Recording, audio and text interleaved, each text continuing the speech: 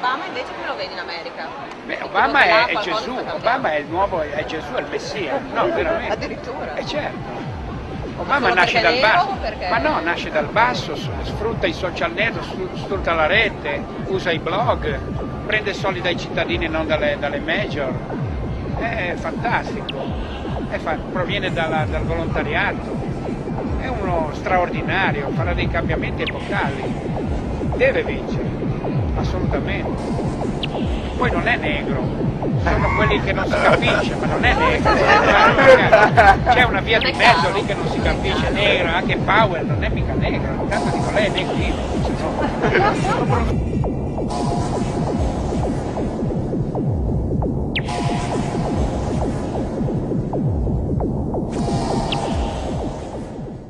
I, Barack Hussein Obama, do solemnly swear. I, Barack Hussein Obama, do solemnly swear. That I will execute the office of President to the United States faithfully. That I will execute the office of President of the United States. The office of President of the United States faithfully.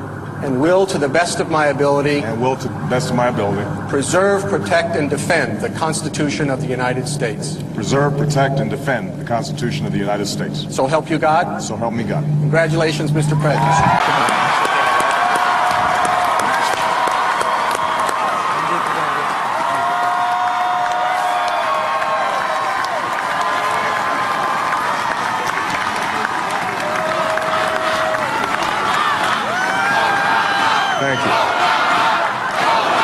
Thank you. I thank President Bush for his service to our nation.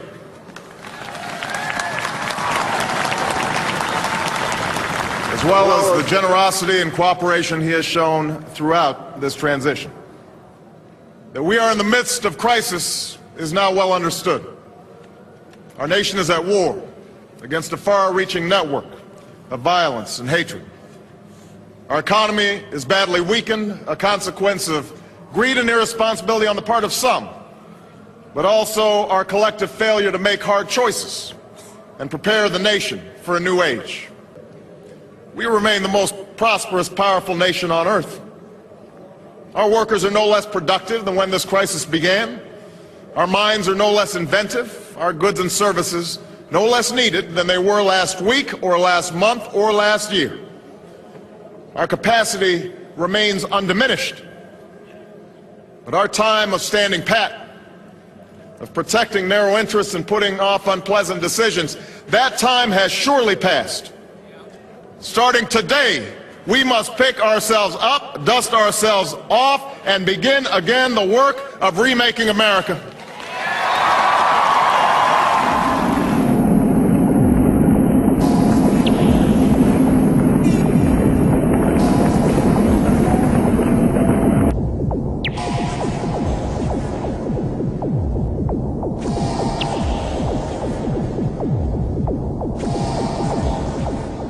I'm basically a writer. I'm a historian. I've written about terrorism in Central Europe. I've written about George Bush the Elder. My unauthorized biography of George Bush is, I think, a fairly well-known book on the internet. I've written about the world economic crisis, a book called Surviving the Cataclysm. The greatest danger is now a covert operation around the candidacy of Obama. It's a kind of political coup d'etat going on in the United States with great danger for the world, because the policy represented by Obama is more aggressive, more militaristic, and generally speaking, more catastrophic than anything the neocons had. There's nothing good to say about McCain, just much worse things to say about Obama. Obama is a world tragedy in the making. This is a catastrophic situation if Obama becomes president. He is a puppet of the Trilateral Commission, and in particular of Zbigniew Brzezinski. And this is a clique of bankers. They ran the Carter administration. Many people today don't remember how disastrous the Carter administration was, but it was a very, very terrible time, economically as well as strategically. And now this same group has groomed another puppet, this time with more preparation, more indoctrination.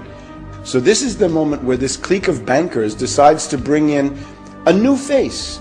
And this time, not a right-winger, not a neocon, but a left-wing demagogue who promises hope and change, but actually represents policies that are qualitatively worse, qualitatively more destructive, and he can deliver Europe as pawns, as puppets, as expendable assets. Because the project of the next administration in the US, if it's Obama, is going to be not so much wars in the Middle East, but wars on a greater scale. Because Brzezinski says the center of power in the world is not Iran, it's Moscow and Beijing. And therefore, Brzezinski is determined to smash, essentially, Russia and China in the next period ahead in order to let the US-British world domination go on for another 100 years. Now, that's the project. That's more ambitious than any neocon, and it's more adventurous, and it's more dangerous. So people in Europe had better wake up that silly romantic illusion they have about Obama. He is a puppet of finance capital of the worst possible circles, of David Rockefeller, George Soros, and this group. And their project is extreme austerity, savage reductions in the standard of living, and the basically immiseration and impoverishment of the United States. In terms of foreign policy, it is this plan to have a global showdown with Russia and China. So for that they need left cover.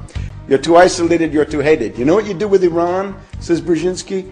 He says, I don't want Iran at war with the United States. I want Iran at war with Russia. Let's turn Iran into a tool, into a puppet, and play Iran against Russia. And Brzezinski said, I show you how to do that. I played Afghanistan against the Soviets, and I destroyed the Soviets. There's a very important Russian naval base in a place called Tartus on the Mediterranean. And Brzezinski has just been in Iran. He went for the Rand Corporation a couple of months ago. The goal would be to get the Russians out of Tartus and try to turn Syria, if possible, against the Russians. So instead of having Muslims as being the target, the Muslims become cannon fodder for the project against Russia and China.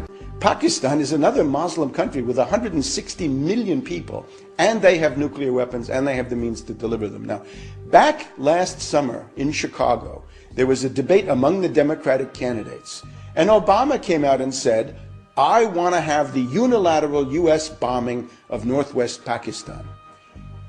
Mrs. Clinton said, no, you don't want to do that. McCain said no. Even Bush said no. And now the U.S. is doing what Obama demanded. The U.S. is bombing northwest Pakistan, and indeed, the U.S. and NATO troops and the Afghan troops are preparing to invade Pakistan across the Afghan border. Now, why are they doing that? You see Iraq now carved into 3 parts.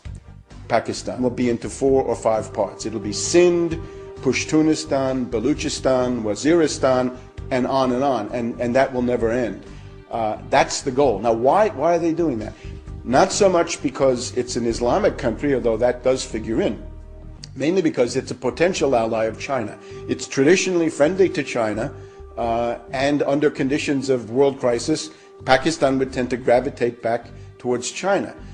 So everybody in the world is now in the process of choosing sides. Now, the point of having Obama is you've got the same old imperialism, and you're going to give it a facelift. You're going to give it cosmetic surgery. And one goal is to have that face for Africa. Let me just do Africa for a second. The goal in the case of Africa is to kick the Chinese out.